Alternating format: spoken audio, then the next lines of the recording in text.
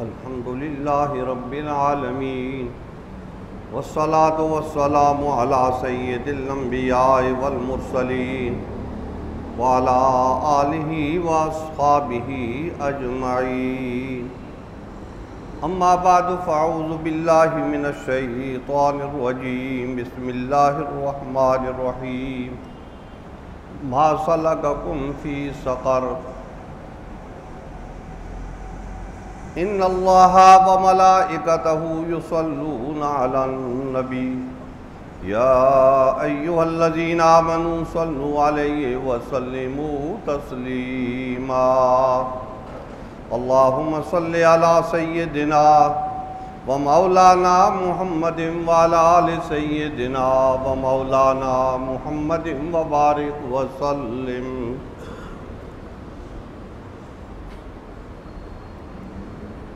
سامعین گرامی، ایک وقت آئے گا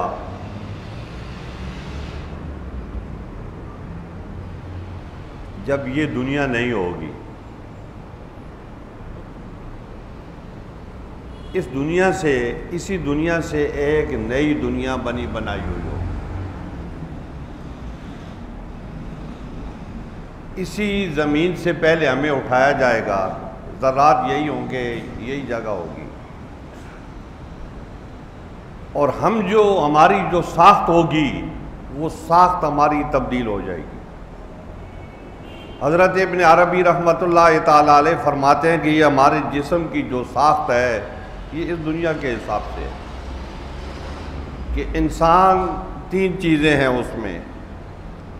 ایک اس میں روح ہے، ایک اس کا نفس ہے، اور ایک اس کا جسم ہے. ان تینوں کو آپس میں ملا دیا گیا ہے، اور کچھ چیزیں یہاں کی ہیں، کچھ اوپر کی ہیں. روح یہاں کی نہیں ہے، یہ عالم بالا کی چیز ہے، اور اس روح کو اس جسم کے ساتھ جوڑ دیا جاتا ہے. حضرت ابن عربی رحمۃ اللہ تعالی علیہ نے حضرت یونس علیہ السلام پر جو اپنی فصل میں گفتگو کی ہے اس کا آغاز اس بات سے کیا ہے، اور اس کا اختتام اس بات سے پر کیا ہے کہ موت کا یہ مطلب نہیں کہ ایک چیز ختم ہو گئی، مٹ گئی، معدوم ہو گئی، عدم میں داخل ہو گئی. کہتے ہیں یہ مطلب نہیں. کہتے ہیں اس کا مطلب یہ ہے کہ وہ چیزیں تینوں جو ہیں وہ بکھر جاتی ہیں، کہ نفس، روح، جسم تینوں بکھر گئے. روح اپنے منزل کی طرف چلی گئی، جسم ادھر ہی کی تھا وہ ادھر ہی رہ گیا، نفس خواہشوں کا نام ہے وہ بھی ادھر. تو گویا یہ جسم، یہ جو مرکب تیار ہوا تھا یہ اس عالم کے تقاضے کے مطابق تھا کہ اس نے جمع بھی ہونا تھا اور اس نے بکھرنا بھی تھا. لیکن اسی خاک سے ایک نیا جسم اس کا تیار کیا جائے گا. نیا جسم کا مطلب یہ ہے جسم یہی ہوگا لیکن اس کی خاصیتیں اور ہو جائیں گی، اور وہ خاصیتیں یہ ہوگی کہ روح اور نفس، اور اس وقت جو جسم بنایا جائے گا تو یہ تینوں کبھی آپس میں جدا نہیں ہوں گے، ایک ساتھ رہیں گے. تو جب تینوں ایک ساتھ رہیں گے تو موت فارغ ہو جائے گی، موت کا کوئی کام نہیں رہے گا، کسی چیز کے اوپر کوئی موت نہیں آئے گی، ختم ہو گئی. تو حضرات گرامی، یہ انسان ہے تو اسی کائنات سے اس کو دوبارہ کھڑا کیا جائے گا، تو اس کی خاصیتیں اور بہت سی چیزیں، خصلتیں، یہ سب تبدیل ہو جائیں گی، یہ اور ہو جائے گا.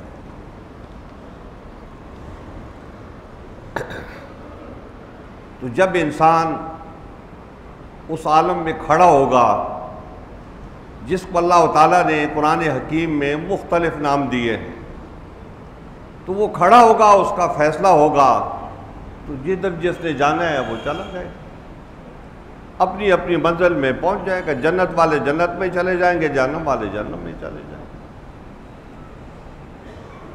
لیکن قرآن حکیم فرقان حمید میں 8ویں سپارے میں ایک جگہ پہ آتا ہے، آراف کا لفظ آتا ہے.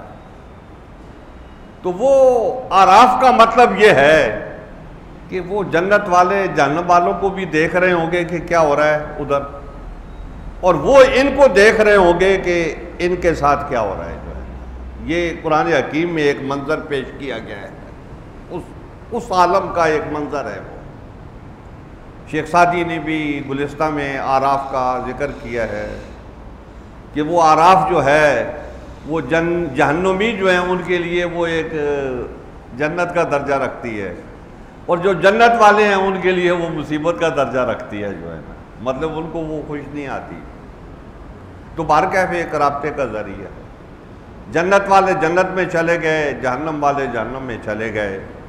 جنت والوں نے جب جہنم والوں کا منظر دیکھا تو سورہ مدثر میں آتا ہے کہ اللہ تعالیٰ ارشاد فرماتا ہے کہ جنت والے ان سے پوچھیں گے ما سلککم فی سقر، کہ تمہیں اس بری جگہ پر کس چیز نے پہنچا دیا ہے، تم نے کیا کیا ہے کہ تم اس برے ٹھکانے پہ آ گئے ہو، اس بری جگہ پہ آ گئے۔ تو وہ ان کو جواب دیں گے اور سچا سچا جواب دیں گے۔ ادھر لوگ جھوٹ بولتے ہیں نا، تو جھوٹ کی تو گنجائش ہی نہیں ہے، تو وہ بہت صاف ستھرا جواب دیں گے کہ ہم یہاں پر کیوں پہنچے۔ تو ظاہر ہے جہنم میں اصل ٹھکانہ مرکز جو ہے جہنم کافروں کا ہے، مسلمانوں کا نہیں ہے۔ مسلمان اگر جائیں گے جہنم میں تو وہ اپنی سزا بھگت کے تو پھر وہ جنت کی طرف چلے جائیں گے، کہ حضور اکرم صلی اللہ علیہ وبارک وسلم نے فرمایا ہے من قال لا الہ الا اللہ فدخل الجنہ، جس نے لا الہ الا اللہ کا اقرار کیا وہ جنت میں جائے گا۔ اب اس کے اعمال برے ہیں تو اپنے برے اعمال کی سزا بھگت کے جائے گا وہ جہنم میں، چاہے وہ کتنا ہی برا کیا ہونا ہو۔ تو وہ اہل جہنم جو ہیں ان سے پوچھیں گے، اہل جہنم سے پوچھیں گے وہ کہ ما سلککم فی سقر، کہ تم اس جہنم میں اس بری جگہ پہ کیسے آگے کیوں آگئے؟ تو وہ آگے سے جواب دیں گے لم نک من المصلین، ہم اللہ کی عبادت کرنے والے نہیں تھے، ہم اللہ کی عبادت نہیں کرتے۔ اللہ کی عبادت کر رہے تو وہ کرے گا جو اللہ تعالیٰ کو معبود مانے گا۔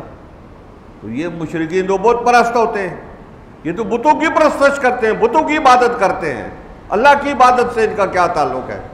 تو یہ وہاں پر کہیں گے لم نکو من المصلین، ہم اللہ کی عبادت کرنے والے نہیں تھے، اللہ کی عبادت نہیں کرتے تھے۔ یہ ایک برائی ہے انسان کے اندر، اللہ کی عبادت نہ کرنا، یہ عقیدے کی برائی ہے۔ اور یہ عقیدے کی برائی ہے کہ ایک آدمی بت کی عبادت کر رہا ہے، اللہ کی عبادت نہیں کر رہا۔ وہ جو خالق ہے اور جو رازق ہے، جس نے انسان کو وجود بخشا، جس نے انسان کو نعمتیں بخشی کہ لا تحصوہا، اتنی نعمتیں ہیں جن کا آپ حساب ہی نہیں کر سکتے۔ آپ شمار کرنے پہ آؤ بیٹھ جاؤ تو شمار ہی نہیں کر سکتے، اتنی نعمتیں اللہ تعالیٰ نے بخشی۔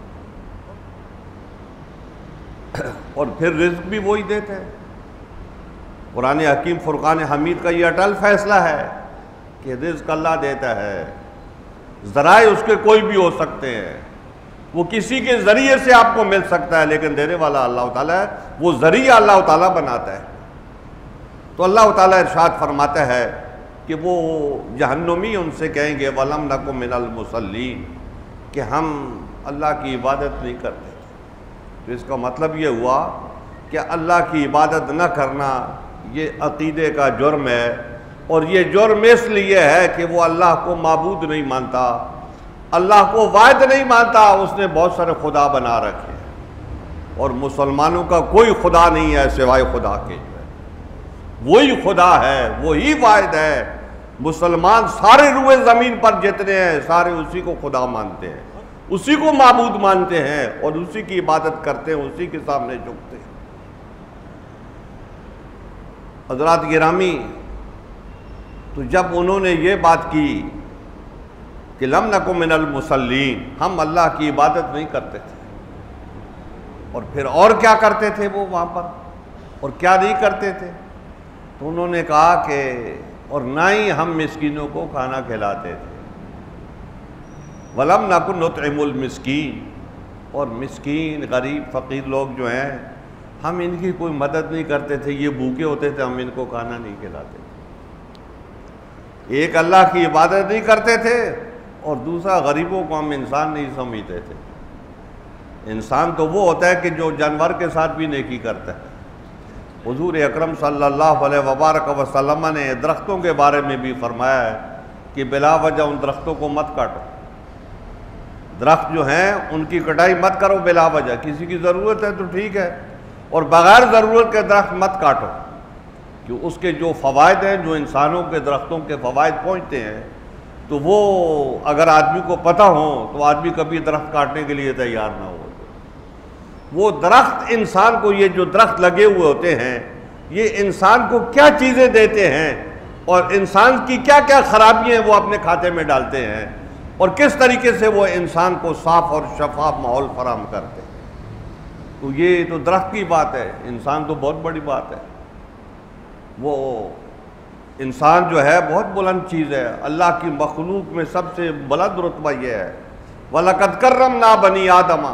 اللہ تعالیٰ ارشاد فرماتا ہے کہ اس زمین پر جتنی مخلوق ہے، اس مخلوق پر سب سے برتر جو ہم نے کیا ہے وہ ابن آدم کو ہم نے یہ فضیلت دی ہے کہ ابن آدم جو ہے وہ سب سے برتر اور سب سے بلند ہے، کہ کوئی مخلوق میں سے کوئی چیز ایسی نہیں ہے کہ جو انسان سے بلند و بالا ہو. اس زمین پر جو برتری اس کی ہے. اللہ رب العزت یہ بات ارشاد فرما رہا ہے. اور وَلَمْ نَكُ نُطْعِمُ الْمِسْكِينَ. دوسرا انسان کا غریب ہونا یہ اور چیز ہے، لیکن بحیثیت انسان کے انسان ہونا اس کا ایک مرتبہ ہے، اس کا ایک مقام ہے.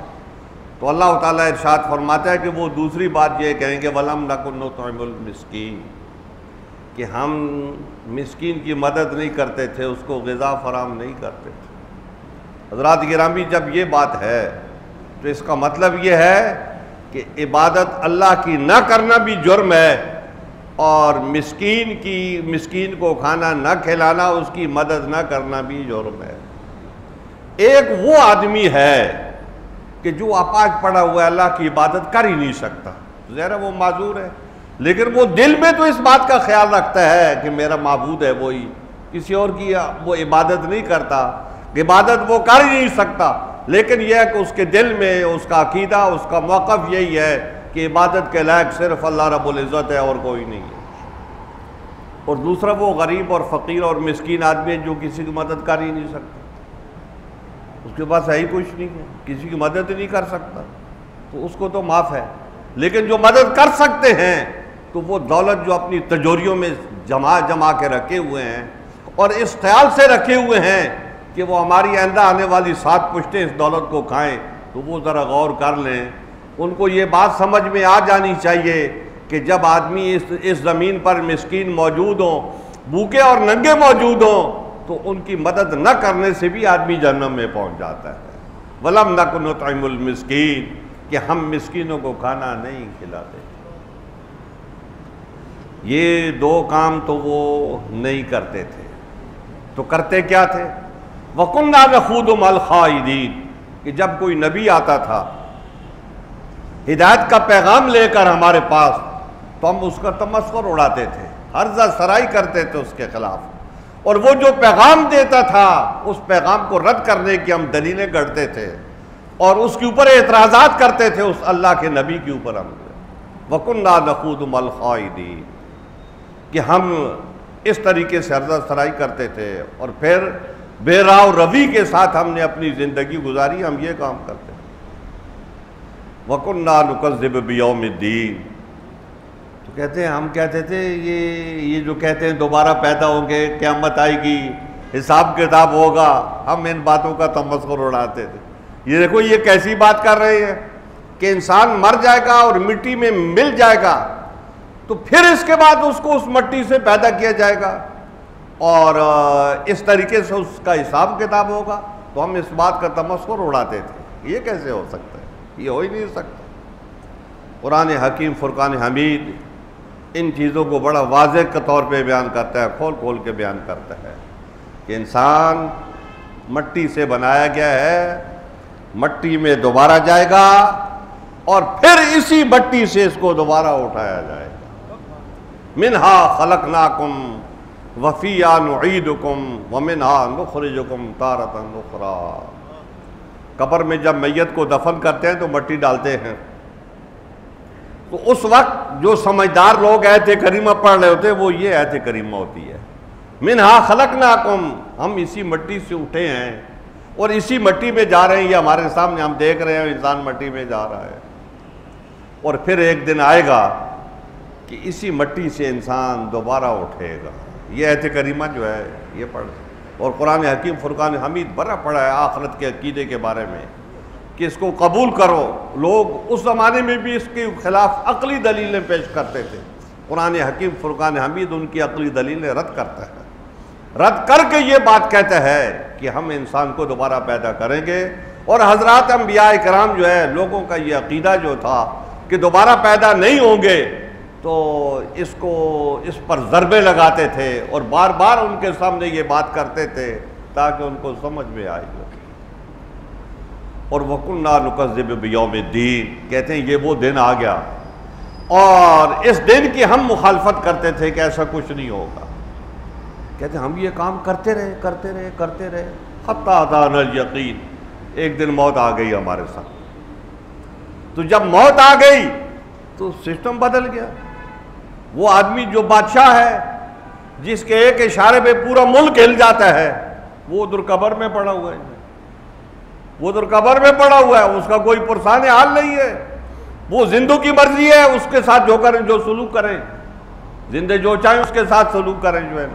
اب وہ تو پڑا ہوا ہے. بادشاہ سلامتی کدھر گئی جو ہے, حکومت کدھر گئی, اقتدار کدھر گیا, دولت تو ادھر تجوریوں میں رہ گئی, پیچھے والوں نے قبضہ کر لیا. تیرا کیا ہے جو, وہ تجھے کفن کے بغیر دفن کر دیتے تو کیا کر لیتا ان کا جو ہے.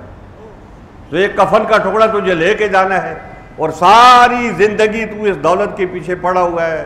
تیری صبح بھی اسی میں ہوتی ہے اور تیری شام بھی اسی میں ہوتی ہے. تیری کل دنیا یہی ہے کہ تو اسی دولت کے پیچھے پڑا ہوا ہے.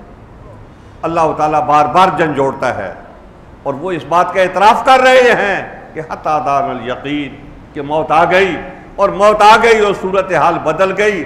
ہم اتنا عرصہ رہنے کے باوجود آج اپنے مرکز جو جہنم ہے اس میں پہنچے ہوئے ہیں. تو یہ اہل جہنم اہل جنت کو یہ جواب دیں گے کہ ہم یہاں پر کیسے پہنچے. تو حضرات گرامی, قرآن حکیم فرقان حمید نے سوال بھی نقل کیا ہے اور ان کا جواب بھی نقل کیا. تو یہ میرے آپ کے لیے نقل کیا ہے تاکہ ہم اس حقیقت کا ادراک کریں, ہم اس بات کو سمجھیں کہ ایک دن ایسا آنے والا ہے اور یہ ہو کے رہے گا.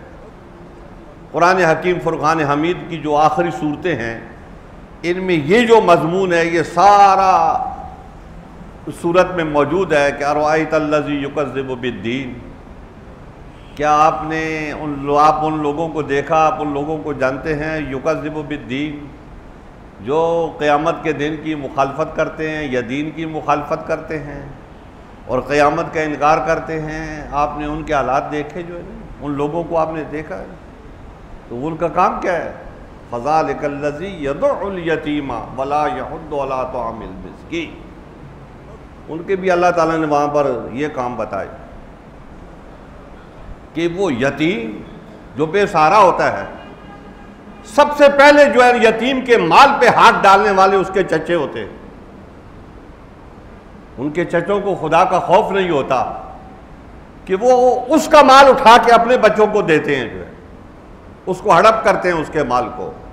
قرآن حکیم فرقان حمید یتیم کے حقوق کو بیان کرتا ہے اور کہتا ہے کہ اس کے مال میں تصرف مت کرو, جو اس کا مال ہے پورا پورا اس کے سپرد کرو جب وہ ہوش میں آ جائے. اور جو اس کے ورثاء ہوتے ہیں, ولی ہوتے ہیں, تو وہ اس کے مال کی نگرانی کریں تاکہ اس کا مال ضائع نہ ہو. جب یہ سمجھدار ہو جائے تو اس کا سارا مال جو ہے وہ اس کے سپرد کر دیا جائے. چچا جان کو حق نہیں ہے کہ اس مال سے وہ لے, لیکن چچا جان وہ سارا کچھ ہڑپ کرنا چاہتے ہیں. حضرات گرامی, کیونکہ سب سے پہلا موقع اسی کو ملتا ہے جو چچا ہوتا ہے, جو یتیم کا مال ہڑپ کرنے کا. تو اللہ تعالیٰ اس کی مذمت فرماتا ہے قرآن حکیم فرقان حمید. اور یہاں پر بھی اللہ تعالیٰ یہ بات ارشاد فرما رہا ہے کہ وہ یتیم, وہ بے سہارا, جب ان کے دروازے پہ آ جائے تو اس کو دھتکارتے ہیں, دھکے دیتے, چل تیرا اور کام نہیں ہے, روز مانگنے آ جاتا ہے. جو ارے تم سوچتے نہیں ہو کہ وہ اس مرحلے میں داخل ہو گیا ہے کہ اب اس کا کمانے والا کوئی نہیں ہے, کوئی اس کا سرپرست نہیں ہے, خود وہ کما نہیں سکتا, محنت نہیں کر سکتا, اس کو شعور ہی نہیں ہے میں کیا کروں. اس کو جب بھوک لگتی ہے تو وہ سمجھتا ہے پڑوس والوں سے, بستی والوں سے, محلے والوں سے میں مانگ لوں کسی آدمی سے جو میری مدد کر دے. تو اس کا وقت گزر جائے، اس کو تو یہی ہوتا ہے جو ہے۔ تو اللہ تعالیٰ ارشاد فرماتا ہے کہ یہ اس کو دھتکارتے ہیں۔ اور ولا یحض علی طعام المسکین، کہ پھر اور کیا کام کرتے ہیں؟ اور یہ کام کرتے ہیں کہ ایک تو خود اس کو کچھ نہیں دیتے، اور دوسرا کسی اور کو کہتے بھی نہیں کہ اس کی مدد کرو۔ تو آدمی خود نہ کر سکے تو اس کو سمجھ ہے کہ فلانا آدمی مدد کرتا ہے تو اس تک اس کو پہنچا دے، اس کی سفارش کر دے کہ یہ اس کی مدد کرو، یہ واقعہ میں غریب آدمی ہے، ہمارا پڑوسی، ہم اس کو جانتے ہیں جو ہے نا، یہ اس بات کا استحقاق رکھتا ہے جو۔ اور پھر وہ دوسری بات جو سورہ مدثر کی آیات میں تھی وہ یہاں پر پھر آ گئی ہے، فویل للمصلین الذین هم عن صلاتهم ساہون، کہ وہ کافر لوگ جو ان کے اپنے طور پہ جو عبادت کہلاتی تھی، تو اللہ تعالیٰ ارشاد فرماتے ہیں یہ وہ عبادت بھی اللہ کی نہیں کرتے جو ان کے ہاں تھا سسٹم نماز کا، جو عبادت کا جو پرانا چلا آ رہا تھا اس کو بھی انہوں نے چھوڑ دیا ہے۔ تو فوائد کہتے ہیں ایسے نمازیوں کی ہلاکت ہے کہ جو وہ نماز نہیں پڑھتے، اس کو ادا نہیں کرتے، لیکن ساتھ میں یہ بھی ہے کہ وہ اس میں سستی اور قائلی کرتے ہیں۔ تو کہتے ہیں اس میں بھی سستی اور قائلی کرتے ہیں۔ اللہ تعالیٰ ارشاد فرماتا ہے کہ پھر دو کام اور بھی ان کے بیان فرمائے اللہ نے، کہ وہ یراؤن ہیں۔ یراؤن کا مطلب کیا ہے؟ دکھاوے کے لیے سارے کام کرتے ہیں کہ لوگ دیکھیں کہ یہ بیوہ عورت کو مشین دے رہے ہیں کپڑے سینے کی جو ہے، اور اس کا فوٹو اخبار میں دیتے ہیں، یہ ہم نیکی کا کام کر رہے ہیں، یہ دیکھو یہ بیوہ عورت کو مشین دے رہے ہیں۔ تو یہ نیکی آپ کس کو دکھا رہے ہو؟ وہ جو دیکھنے والا ہے وہ تو تمہارے اس فوٹو کے بغیر بھی دیکھ رہا ہے، اور تم اپنے محلے والوں کو، اپنے جاننے والوں کو دکھا رہے ہو ہم بڑے نیکی کا کام کرتے ہیں۔ تو اللہ تعالیٰ ارشاد فرماتا ہے یہ جو کچھ کرتے ہیں دکھاوے کے لیے کرتے ہیں، اللہ کے لیے نہیں کرتے۔ آپ اس کے ساتھ بھلائی کرو، اس پر آپ کا کوئی احسان نہیں ہے، آپ اس کی جزا کے طلبگار اللہ سے ہو۔ اس کی جزا وہ نہیں دے گا آپ کو کہ جس کو آپ دے رہے ہو، جس کی آپ مدد کر رہے ہو، وہ آپ کو جزا نہیں دے گا، جزا اللہ کے ذمہ، اللہ تعالیٰ پر ارشاد فرماتا ہے جزا اس کی ہم دے گا۔ اور پھر مختصر بات یہ ہے کہ وَيَمْنَعُونَ الْمَاعُونَ، پڑوسی ہوتے ہیں، مالدار ہوتے ہیں،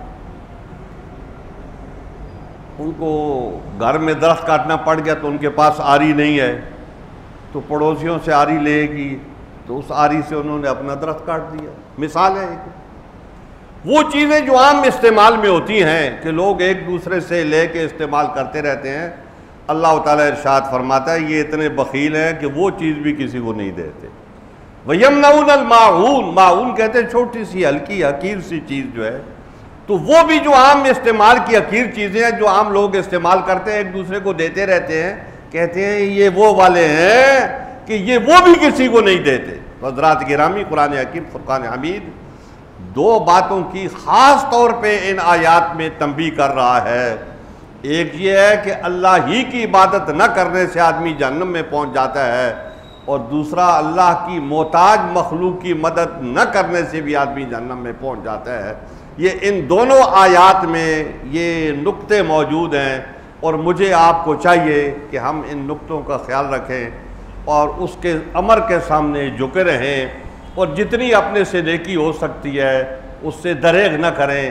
اے اللہ ہم سب کو اس بات کی توفیق عطا فرما۔